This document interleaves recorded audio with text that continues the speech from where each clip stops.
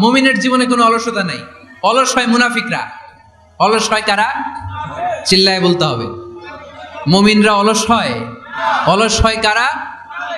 এজন্য কোরআনে আল্লাহ একথাও বলে দিলেন, ওয়াইদা কামু ইলাস সালাতি কামু কুসালা ইউরাউনান নাসা ওয়ালা ইয়াযকুরুনাল্লাহা ইল্লা কালিলা।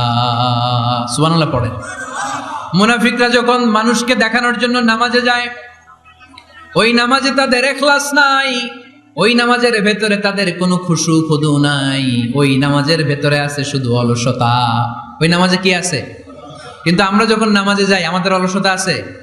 আমরা নামাজ পড়লে আমাদের হৃদয়টারে সজীব করে দেয় কে? আমরা উযু করলে আমাদের মনটাকে চাঙ্গা করে দেয় কে? আমরা মসজিদে ঢুকলে হৃদয়টাকে প্রাণবন্ত করে দেয় কে?